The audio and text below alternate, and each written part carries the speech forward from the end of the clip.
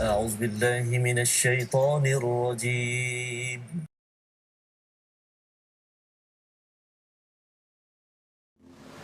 أعوذ بالله من الشيطان الرجيم.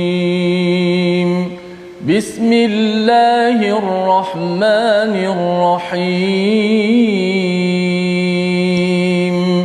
الحمد لله رب العالمين الرحمن الرحيم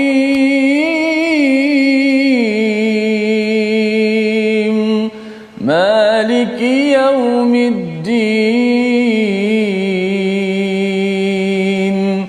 إياك نعبد وإياك نستعين اهدنا الصراط المستقيم صراط الذين أنعمت عليهم غير المغضوب عليهم ولا الضالين.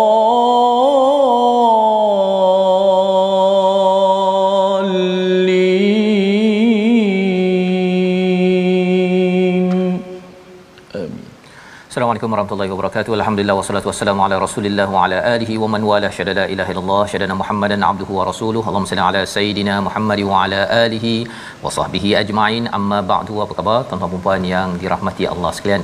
Kita bersyukur pada Allah Subhanahu taala bertemu dalam My Quran Time baca faham amal pada hari ini dan kita bersama Al-Fadil Ustaz Tirmizi Ali. Apa khabar Ustaz? Alhamdulillah baik. Safah Allah. Sihat alhamdulillah. Kita masuk ke surah yang baru Ustaz ya. Semalam kita sudah pun selesai surah Al-Furqan dan hari ini kita masuk pada surah Asy-Syu'ara ya, bersama dengan tuan-tuan puan-puan yang berada di rumah, yang berada di pejabat mungkin sedang berehat ataupun yang menonton di mana sahaja, di hospital, dalam kereta dan sebagainya. Kita doakan yang terbaik ya, diberkati, dimudahkan urusan pada hari ini dan sudah tentunya kita ingin terus memohon hidayah daripada Allah Subhanahu Wa Taala, dimudahkan urusan kita dengan doa ringkas kita, subhanakala ilma lana illa ma 'allamtana innaka antal alimul hakim rabbi zidni ilma. Moga-moga Allah menambahkan kebaikan, keberkatan kepada kita semua pada hari ini. Adik-adik yang berada di rumah ya, yang mungkin dah ada cuti dan sebagainya, jom kita sama-sama melihat kepada surah Asy-Syu'ara.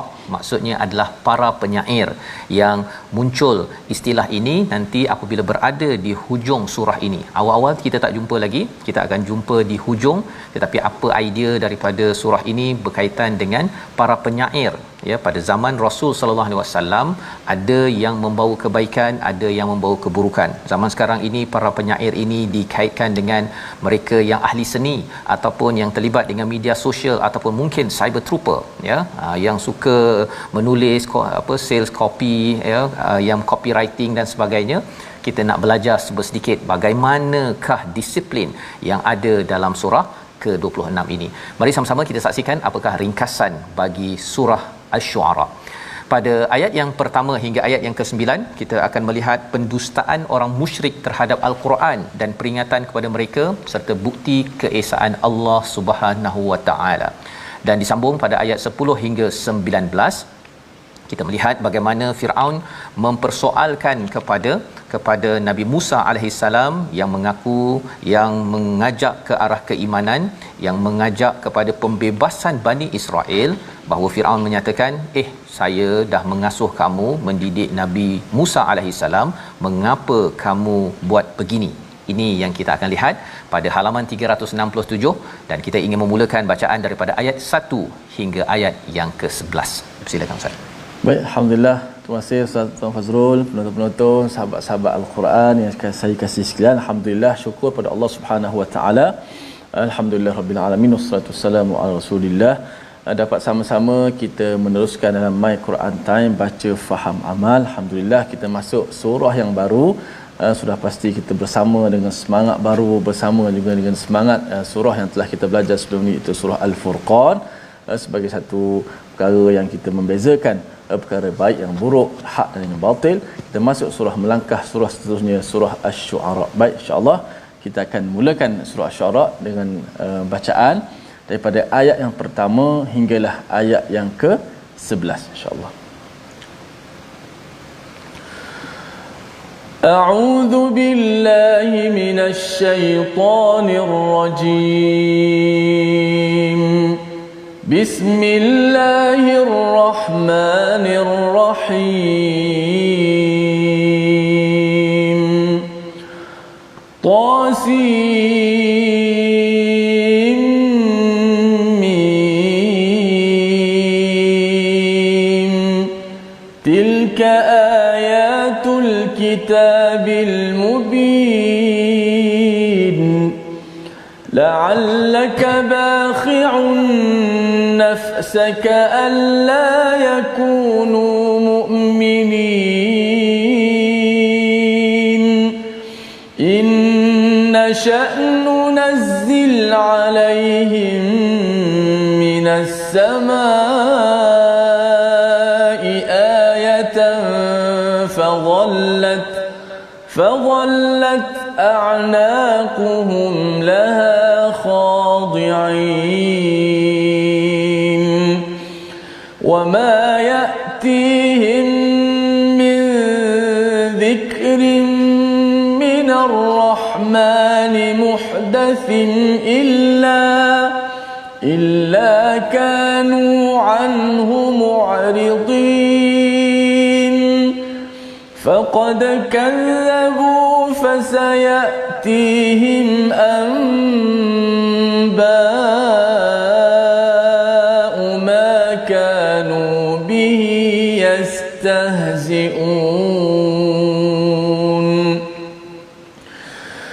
ألم يروا كم إلى الأرض كم أنبتنا فيها أولم يروا إلى الأرض كم أنبتنا فيها أولم يروا إلى الأرض كم أنبتنا فيها من كل زوج كريم إن في ذلك لآية وما كان أكثرهم مؤمنين وإن ربك لهو العزيز الرحيم وإذ نادى ربك موسى القوم الظالمين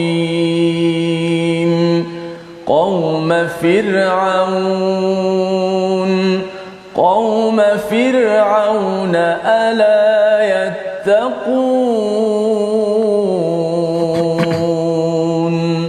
صدق الله. Surah Al-Azim, gitulah bacaan ayat pertama hingga ayat 11 memulakan surah Asy-Syu'ara, surah para penyair yang menceritakan kepada kita bagaimanakah perjuangan Nabi Musa ya, selain daripada Nabi Ibrahim yang ada dalam surah ini. Surah ini adalah surah Makkiyah yang pendek-pendek ayatnya, dan ia turun di peringkat awal Nabi berada di Makkahul Mukarramah ya, berbanding dengan surah Al-Furqan fasa kedua ya, daripada 3 fasa Nabi di Mekah.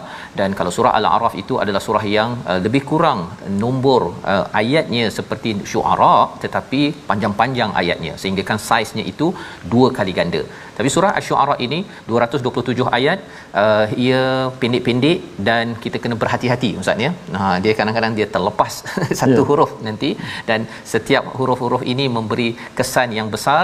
Kerana apa kita kena beri perhatian? Nanti kita akan tengok pada ayat 15 selepas rehat nanti perkataan mustami'un.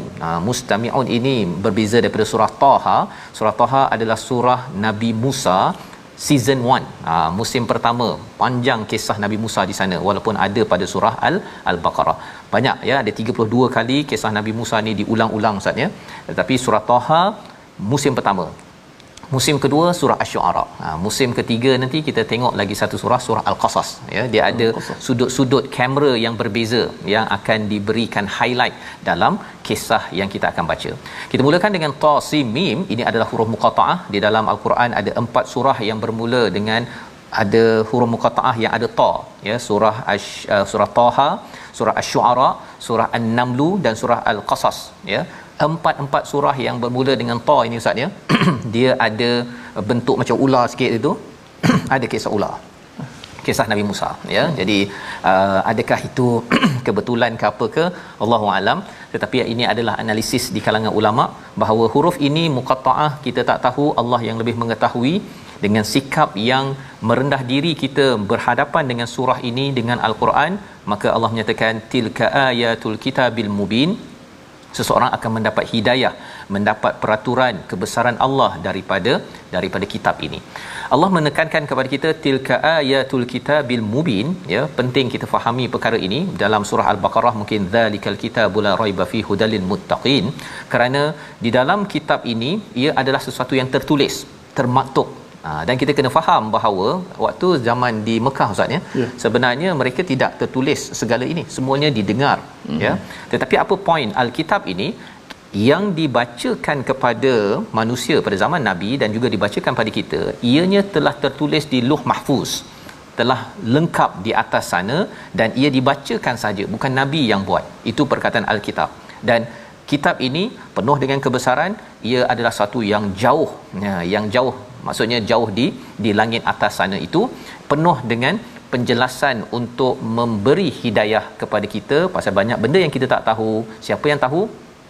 Allah sahaja yang tahu bagaimana menggunakan ta, menggunakan sin, menggunakan mim ataupun huruf muqatta'ah yang lain untuk membina perkataan dan ayat sehingga memberi hidayah kepada kita. Dengan sebab hidayah yang diperjuangkan oleh Nabi ini, Nabi dalam ayat ketiga la'allaka bahi', iaitu mungkin kamu ini akan stres sangat kerana apa? Kerana mereka itu tidak beriman ya. Tetapi Allah nak menyatakan bahawa bukan masalah kamu dan bukan masalah kitab, tetapi masalah orang yang berinteraksi dengan kitab. Ini pujukan Allah kepada Nabi Muhammad sallallahu alaihi wasallam. Pada awal di Mekah itu berdakwah, orang kata dia ni penipu, dia ni ahli sihir dan sebagainya. Nabi dipujuk, jangan stres, teruskan perjalanan, teruskan perjuangan. Kita baca dalam surah Al-Furqan, Bashir wa Nadhira, ya, mubashiran wa nadhira. Itu peranan Nabi dan juga peranan kita. Kalau ada orang yang kita ajak, jomlah kita baca Quran kan, jomlah kita dah share, kita dah buat tugas kita, alhamdulillah. Jangan stres sangat ya. Kerana apa? Kerana ianya khawatir ia akan membawa kepada bahaya ya. Kita akan ada penyakit mental sehingga boleh menyebabkan bunuh diri pun boleh, kerana bimbangkan kepada orang lain. Ayat keempat Allah menyatakan, jika kami mahu, innasya nunazzil alaihim minas sama ayah, kami boleh turunkan apakah ayah, apa cabaran-cabaran yang mereka minta. Fazallat a'naquhum laha khadi'in, sehingga kan mereka itu akan merendah diri. Allah boleh bagi petunjuk ataupun mukjizat lain ustaz ya, dalam hal ini. Disebabkan mereka tak nak beriman, dia kata tolong hantar ini itu apa sebagainya, Allah boleh hantar. Tetapi Allah membalas dalam ayat yang kelima, wama yatihim. Ini penting sangat kita beri perhatian. Kita nak baca sekali lagi ayat yang kelima ini untuk kita sedar bahawa Al-Quran ya, sebagai zikir daripada Ar-Rahman, dia bersifat muhdath ustaz. Muhdath ini kalau tuan-tuan suka tengok berita terkini, kan, baca berita ke, baca dekat media sosial ke, mengapa kita suka? Kerana itu berita terkini yang dekat dengan kita. Dan istilah di dalam Al-Quran hadis ataupun di dalam surah ini muhdath ya, sesuatu yang terkini, yang masih segar. Illa kanu anhu mu'ridin. Kita baca sekali lagi ayat yang kelima ini untuk menegaskan pada kita ada 3 perkara: zikr, Ar-Rahman, muhdath. Tuan-tuan yang di ruang komen mungkin boleh beri komentar, apa kaitan zikr, Ar-Rahman, muhdath. Yang penting kita sikapi ketika kita berdepan dengan surah-surah baru, surah-surah yang biasa kita dengar, apa sikap yang perlu kita ada. Kita baca dahulu ayat yang kelima. Baik, masya-Allah.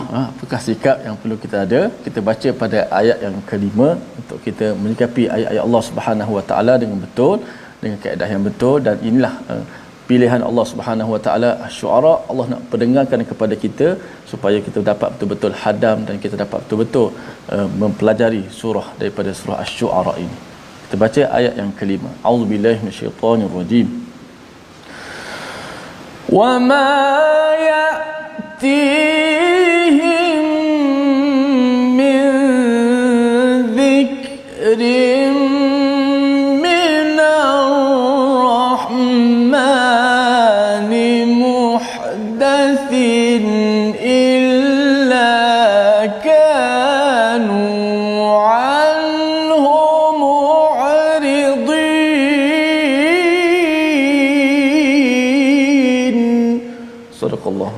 dan setiap kali disampaikan pada mereka suatu peringatan baru ayat Al-Quran yang diturunkan daripada Tuhan yang Maha Pemurah, mereka selalu berpaling daripadanya. Tiga perkataan penting kita beri perhatian tuan-tuan. Zikir ini maksudnya mengingatkan kembali apa yang kita lupa. Apa sahaja dalam Quran ini kita sudah tahu sebenarnya, ada fitrah dalam diri kita bahawa kita kena menyembah pada Tuhan yang satu, bahawa orang yang buat tidak baik akan dihancurkan, bahawa Nabi Muhammad itu sebagai pesuruh dan juga kita bersedia untuk berhadapan dengan hari akhirat. 4 perkara ini kita boleh cakap pada anak-anak tadika, dan itu juga yang berulang-ulang dalam 6,000 ayat yang ada di dalam Al-Quran. Ini adalah untuk mengingatkan kita jangan lupa. Kalau kita lupa untuk membuat persediaan ke hari akhirat, macam orang pergi bercuti Ustaz ya. Pergi bercuti tak bawa tiket. Lepas tu tak bawa pasport, tak ada booster, lepas tu nak pergi umrah, dia kata saya bersemangat ni untuk beribadah. Kalau tidak ingat semua perkara itu, tinggal je lah duduk kat rumah kan. Jadi apabila kita diberikan zikir daripada Al-Quran, nama lain bagi Al-Quran adalah Az-Zikr, datang daripada siapa? Datang daripada Ar-Rahman.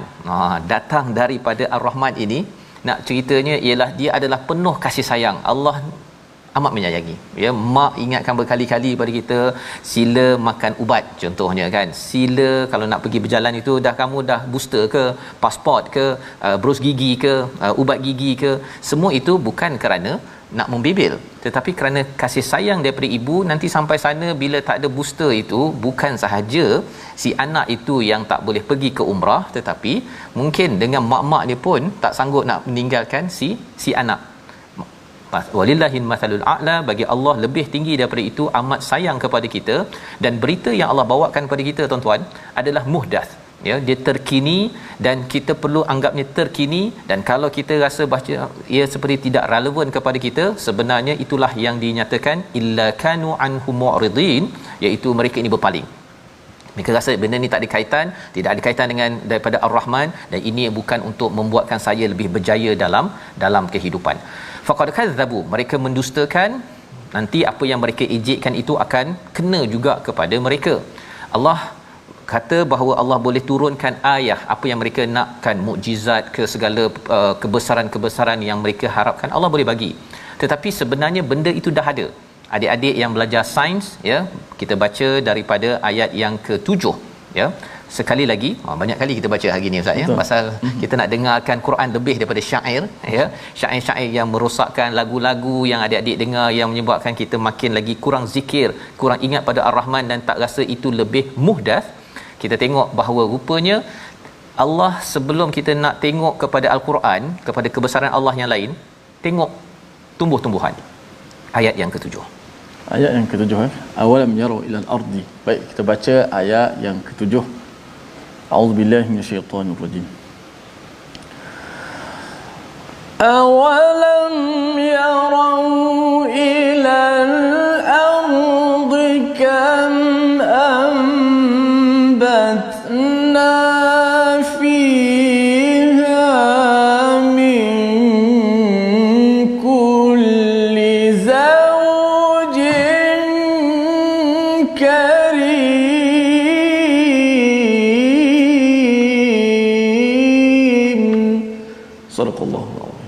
Sadaqallahul azim. Ayat ke-7, adakah mereka tidak memerhatikan bumi, betapa banyak kami tumbuhkan di bumi ini jenis-jenis tumbuh-tumbuhan yang baik. awalam, ya, bukannya alam tadi Ustaz ya.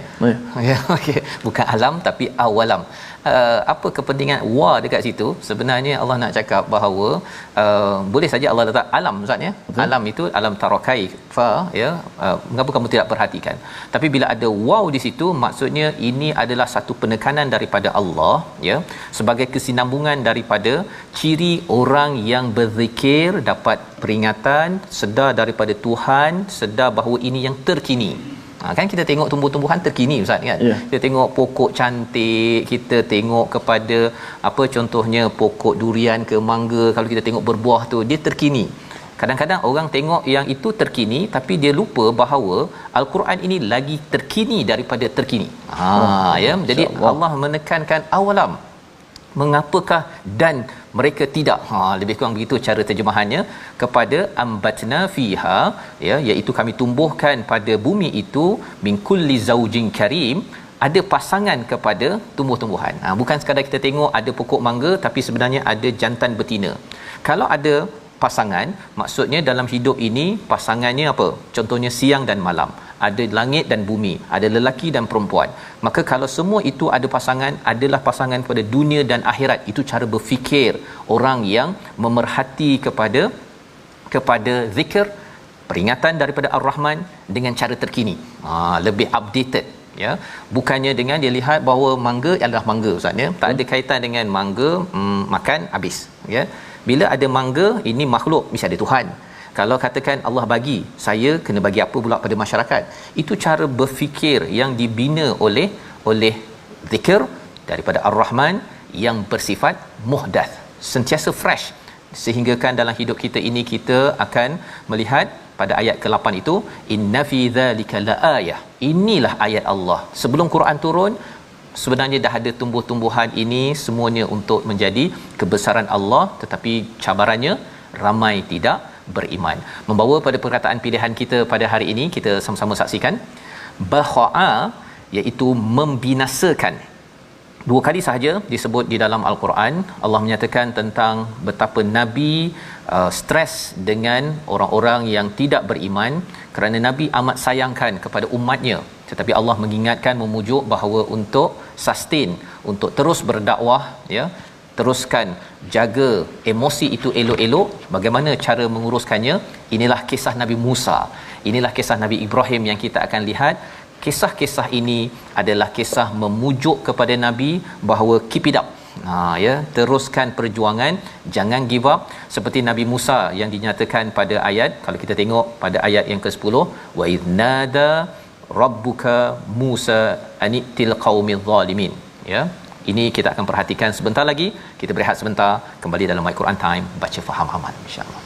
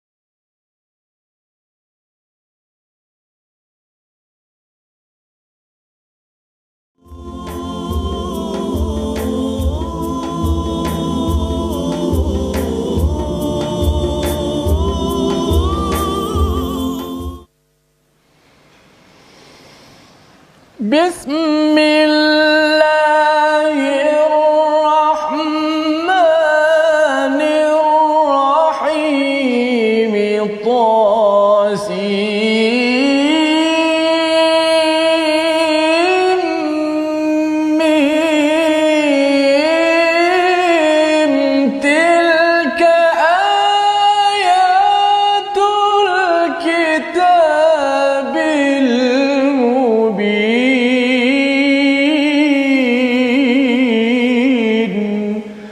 Dengan nama Allah yang Maha Pemurah lagi Maha Penyayang.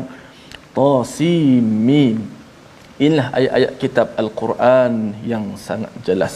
Alhamdulillah, muslimin muslimat, hadirin hadirat, penonton-penonton terus setia dalam My Quran Time baca faham amal.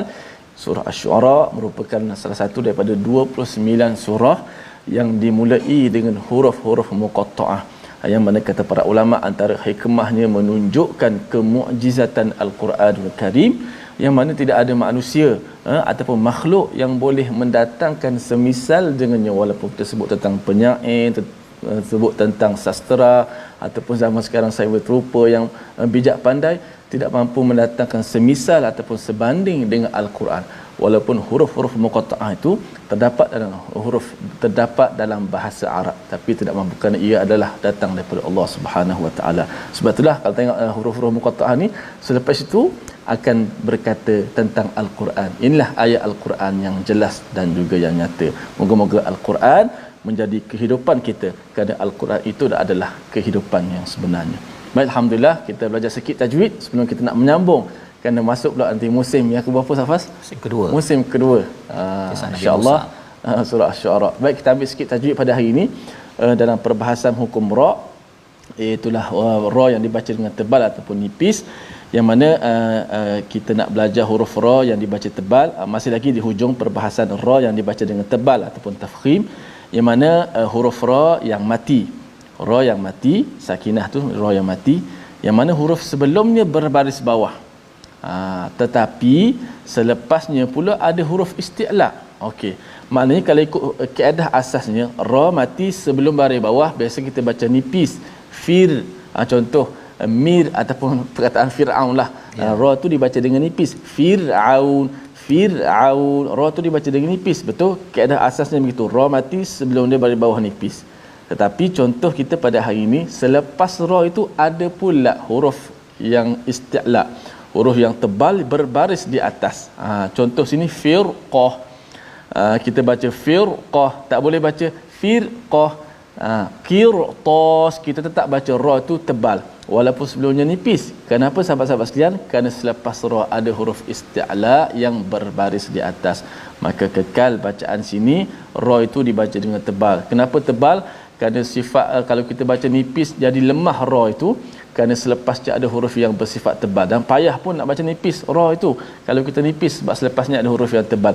Firqah tebal payah, tapi kalau kita ra tu kita tebalkan, nak sebut qaf tu senang, firqah, qirtas, itu ra yang dibaca dengan tebal. Wallahu a'lam. Fas, sambung. Alhamdulillah, terima kasih ucapkan pada Ustaz Tirmizi. Bila ra baris bawah mati tadi itu bertemu dengan huruf isti'la. Boleh ulang balik Ustaz huruf isti'la tadi tu?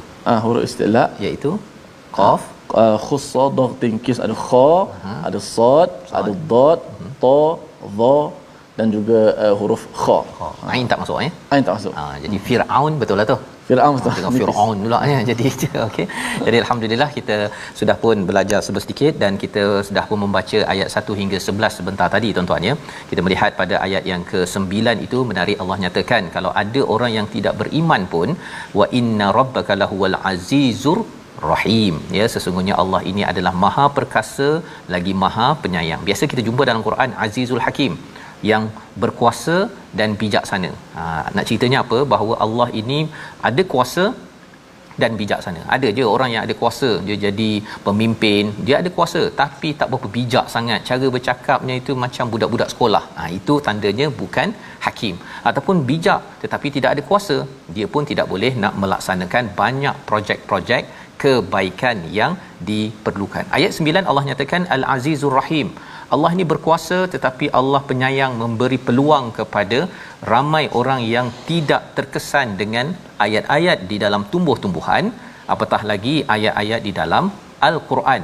Jadi kita akan lihat bagaimanakah tanda Allah memberikan peluang demi peluang. Salah satu kisahnya kisah Nabi Musa season 2, musim kedua, wa idnada rabbuka Musa, ya, tidak ada intro seperti dalam surah Taha, pergi naik ke gunung, ke bukit berjumpa Allah, tinggalkan keluarga, ni tak ada intro, terus masuk pada pergi jumpa orang yang zalim. Ya, pada ayat yang ke-10 dan nombor 11, kaum yang nak dijumpa itu spesifiknya adalah kaum Firaun. Moga-moga mereka ini selamat, ya, iaitu bertakwa kepada Allah agar selamat kehidupan mereka. Ini adalah seruan Allah kepada Nabi Musa, permulaan bagi season 2, musim yang kedua. Jadi apakah komentar Nabi Musa bila Allah suruh pergi berhadapan dengan kaum yang zalim, spesifiknya itu kepada Firaun? Kita baca daripada ayat yang ke-12 hingga ayat 19. Silakan Ustaz. Baik, jom kita baca ayat yang ke-12 hingga 19, sambungan daripada surah Asy-Syu'ara dengan teranum ras insya-Allah. A'udzu billahi minasy syaithanir rajim. Bismillahirrahmanirrahim. Qala rabbi inni akhafu an yukadzibun wa yadhiqu sadri wa la yanṭaliqu lisani fa arsil ila Harun wa lahum alayya dhanbun fa akhafu an yaqtulun qala kalla fadhhaba biayatina inna ma'akum mustami'un fa'tiya fir'auna faqula inna rasul rabbil alamin an arsil ma'ana bani Israil qala alam nurabbika fina walida ولبثت فينا من عمرك سنين وفعلت فعلتك التي فعلت وأنت من الكافرين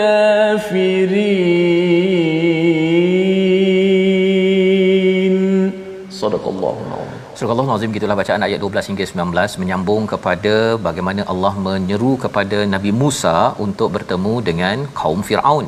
Ala yattaqun, pada ayat yang ke-11, apakah mereka ini tidak mahu melindungi daripada masalah dalam hidup mereka dengan memohon pada Allah. Itu istilahnya takwa, ya. Allah menyatakan tak nak ke mereka ni terlindung daripada segala masalah cabaran hidup di dunia dan di akhirat. Cuma apabila dinyatakan begini ayat 12, Nabi Musa pula ustaznya yang menyatakan saya ada masalah. Saya ada masalah. Apa masalahnya? Rabbi inni akhafu an yukadzibun. Masalahnya, ya Allah, nanti saya ini akan didustakan. Takut nanti orang kata saya ini penipu ataupun menyatakan mesej yang saya nak bawakan ini adalah tipu. Yang pertama pada ayat yang ke-12. Kemudian masalah cabaran yang ada pada Nabi Musa, wa yadhiqu sadri, iaitu dadaku sempit. Apa maksud dadaku sempit? Iaitu apabila seseorang itu jadi marah, bila dia diprovoke, dia dibuatkan marah ustaz, ya. Nabi Musa ini dia memang strong character, insyaallah. Mudah kalau katakan dia tengok perkara tak betul saja, dia mudah naik dia punya aizahnya itu dan dia akan perjuangkan, Allah. Ya, seperti mana pernah berlaku pada waktu sebelum beliau berpindah ke Madian. Jadi kita tengok yang keduanya, wayadhiqu sadri wala yantaliqu lisani, menyebabkan lisan aku ini tidak dapat berbicara dengan jelas. Itu kesan ustaz, ya. Bila kita tengah marah kan, kita rasa macam ni, kadang-kadang kita punya cara berfikir kita pun tak terurus. Betul. Kita tak dapat bercakap dengan baik apa mesej kebaikan yang ingin disampaikan. Jadi Nabi Musa menyatakan, tolonglah ya Allah, berikan, maka utuskanlah ila Harun, utuskanlah Nabi Harun abangnya sebagai pembantu, kerana bila dia marah nanti ke ataupun kalau katakan tak boleh bercakap, Nabi Harun boleh kawal, jadi pembantu dalam perjuangan misi Nabi Musa bertemu dengan Firaun. Seterusnya pada ayat 14 Nabi Musa menyatakan lagi apakah cabaran beliau. Kali ini cabaran personal pula Ustaz. Tadi cabaran untuk dakwah. Cabaran personalnya ialah walahum alayya dzambun. Aku ni ada dosa ataupun satu perkara yang memalukan. Ya, dia ada istilah dzambun dan sayyiat di dalam al-Quran. Sayyiat memang jahat Ustaz. Ya, dosa yang jahat. Tapi dzambun ini adalah dosa yang memalukan. Kerana apa? Kerana fa akhafu an yaqtulun, iaitu aku bimbang mereka akan bunuh saya. Kerana dulu ketika di Mesir, ya, sebelum Nabi Musa berpindah ke Madian, dia pernah tolak seseorang untuk menyelamatkan orang bergaduh itu, sampai yang Koptik orang Mesir itu terbunuh. Jadi itu bukan dosa jenayah, bukan sayyiat, tetapi itu adalah dzambun, ya, satu dosa disebabkan oleh sesuatu yang tidak sengaja. Jadi dalam cabaran ini, ya, dalam cabaran yang dinyatakan oleh Nabi Musa untuk menyelamatkan Firaun, ya, Nabi Musa sendiri yang cakap saya ada masalah. Dia macam mencabar juga Ustaz, ya, nak buat satu misi tapi mengadu. Tapi alhamdulillah Nabi Musa mengadu kepada Allah. Jawab Allah apa? Qala kalla. Tidak. Ya. Maksudnya apa tidak? Bahawa kamu yang takut tadi untuk didustakan, kamu tidak akan didustakan. Yang kedua apa masalahnya? Wa yadhiqu sadri, kamu akan sempit, kamu akan dibantu. Ya, wala yantaliqu lisani, kamu punya lidah tak boleh bercakap, kamu akan dibantu, kamu boleh bercakap. Ya, kamu ada zambun, ada dosa silap terbunuh orang pada waktu dahulu, it's okay. Fadhaba. Kan? Allah menyatakan kamu berdua sila pergi. Jadi maksudnya bila Allah menggunakan perkataan fadhhaba, maksudnya Allah luluskan permintaan Nabi Musa untuk dapatkan siapa seorang lagi, Nabi Harun, untuk membantu dalam misi ini. Ada ekstra Allah beri sekali dengan mukjizat bi ayatina. Sebenarnya jumpa dengan Firaun ini Ustaz, ya. Biasanya kita tahu dalam season 1 apa, tangan tu putih tu, dan juga tongkat. Tapi di sini Allah tak cakap 2 ayat, tetapi Allah cakap banyak ayat, banyak mukjizat. Kerana apa? Inilah yang kita nak tengok dalam kisah season 2 ini. Bukan sekadar 1, bukan sekadar 2, tetapi banyak Ustaz. Bi ayatina inna ma'akum mustami'un. Subhanallah. Sesungguhnya kami, dalam surah Taha, asma'u wa ara, aku mendengar, aku melihat apa yang kamu buat. Di sini Allah kata inna ma'akum mustami'un, sesungguhnya bersama kamu kami mendengarkan. Jadi Allah tak letakkan lihat lagi, Allah fokus kepada dengar betul-betul. Dan bila Allah dengar betul-betul, Allah ceritakan dalam surah Asy-Syu'ara bagi kita. Kalau Allah cerita betul-betul Ustaz, detail ini, disebabnya ayatnya pendek-pendek, detail, ya, jangan silap walaupun satu huruf, kena dengar betul-betul. Sila beri perhatian, jangan main-main untuk dengar mesej yang ada di dalam surah ini. Apakah yang dibuat oleh Nabi Musa? Ini dah berada di bukit, ya, Tua. Maka filem ataupun kisah ini, kamera diteruskan sampai ke dalam apa Ustaz? Dalam istana. Ayat yang ke-16 dan ayat yang ke-17. Kita baca sekali lagi. Silakan. Masya-Allah. Ni babak yang seterusnya Ustaz. Babak terus masuk ke istana. Tak ada yang cakap Nabi Musa berjalan, kemudian jumpa pegawai, boleh tak saya masuk? Tak boleh. Tak ada. Terus berjaya. Dia pergi yang poin-poin penting Ustaz. Terus poin penting, ya. Kalau tidak Al-Quran, kita nak tunggu apa Nabi Musa nak bercakap ni lambat sangat. Allah terus bawa straight to the point. Masya-Allah. Inilah kehebatan Al-Quran. Baik, kita baca ayat yang ke berapa tadi Ustaz? Ke-16 dan ayat yang ke-17. 16 17. A'udzubillahi minasyaitonir rajim. فَأْتِيَا فِرْعَوْنَ فَقُولَا إِنَّا رَسُولُ رَبِّ الْعَالَمِينَ أَنْ أَرْسِلْ مَعَنَا بَنِي إِسْرَائِيلَ.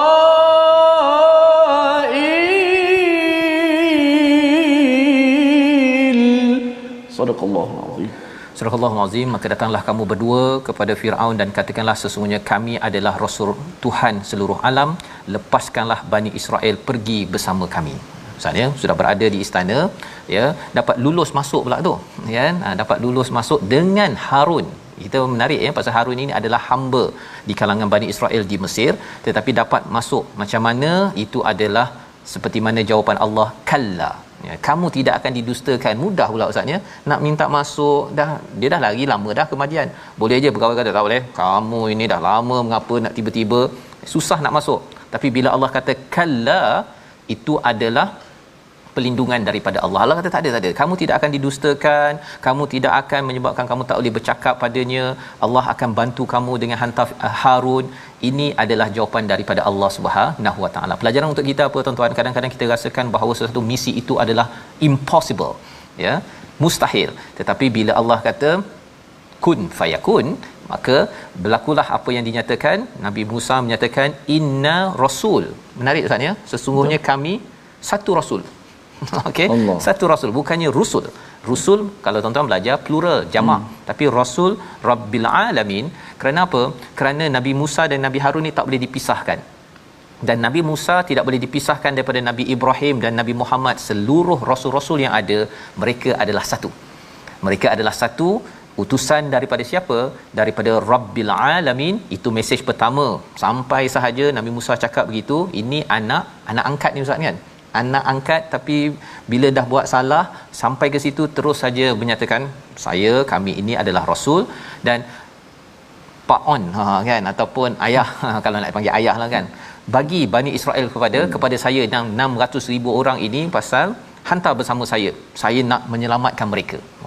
Ya, anak cakap pada ayah angkat begitu, ya. Ayah angkat apa jadi? Boleh tahan ustaz kan? Dia rasa boleh tahan. Lawan tokek. Jadi jawapannya apa? Qala alam nurabbika fina, ya, bukankah kami yang menjaga kamu di rumah ini, di istana ini, walidan, pada masa kanak-kanak, dan kamu tinggal di sini pada masa yang lama. Jadi Nabi ataupun Firaun membalas, dia bukan balas pada mesej yang sedang disampaikan, tapi tukar topik. Ini kamu ni dahlah besar dekat sini, ya, kemudian tinggal dekat sini, wa fa'alta fa'lataka allati fa'alta. Ni ustaz ya, menarik ni, dia tak cakap pasal yang bunuh tu. Kan kamu telah melakukan satu perbuatan yang kamu buat, wa anta minal kafirin. Kamu ada buat kan? Kan kamu ada buat sesuatu sebelum kamu datang balik ke sini tu, sebelum kamu yang ada sesuatu kan, ada sesuatu. Firaun tak beritahu sesuatu itu, nak beritahu bahawa Firaun ni kira backup Nabi Musa lah ni, kan. Jadi tapi kamu jadi orang yang tidak bersyukur sampai mengingatkan Rabbul Alamin itu bukan aku, dan kamu nak ambil pula Bani Israel 600,000 orang free labor yang milik aku. Firaun menyatakan perkara ini, maka sudah tentunya bila Nabi Musa telah dinyatakan begini, terencat sikitlah ustaz, ya. Boleh okey, nak cakap lagi ke tak ni, kan. Dahlah dulu dah duduk lama dekat sini, dah dapat banyak jasa daripada istana ini, dan kemudian ada kes, kan. Tapi Firaun tak bongkar. Aku tahu engkau buat apa dulu, kan. Kamu ada sesuatu, ya. Jadi pada waktu ini, apakah balasan daripada Nabi Musa bila Firaun membalas mesej dakwahnya begitu? Kita saksikan pada hari esoklah ustaz ya, insya-Allah. Kita lihat dahulu resolusi kita pada hari ini, iaitu yang pertama, bersungguh-sungguh dalam kita menyampaikan dakwah. Sebagaimana kita lihat dalam ayat yang ketiga, Nabi bimbang kalau ada orang yang tidak beriman.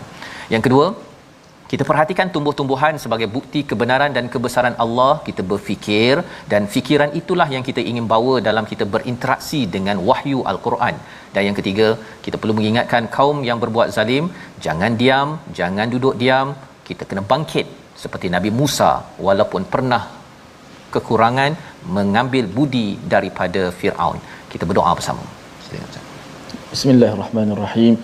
Alhamdulillahirabbil alamin, wassalatu wassalamu ala asyrafil anbiya'i wal mursalin wa ala alihi wa sahbihi ajma'in. Allahumma ighfir lana dhunubana wa kaffir 'anna sayyi'atina wa tawaffana ma'al abrar. Allahumma ahyina 'alal iman واحشرنا مع زمرة أهل الإيمان. اللهم اجعلنا من أهل الإيمان. اللهم اجعلنا من أهل الإيمان ممن بشرتهم بالروح والريحان والرضا والرضوان والحمد لله رب العالمين. Amin ya rabbal alamin. Moga Allah mengabulkan doa kita pada hari ini untuk kita sentiasa mendapat peringatan daripada Ar-Rahman dan menganggap lihatnya sebagai muhdath, sebagai sesuatu yang segar, yang fresh, bukan daripada siapa tetapi daripada Tuhan yang amat menyayangi kita. Teruskan tuan-tuan untuk menyumbang dalam tabung gerakan Al-Quran untuk sama-sama kita membawakan berita-berita terkini yang lebih terkini daripada apa yang terkini, iaitu daripada Quran yang penuh dengan mesej daripada Ilahi.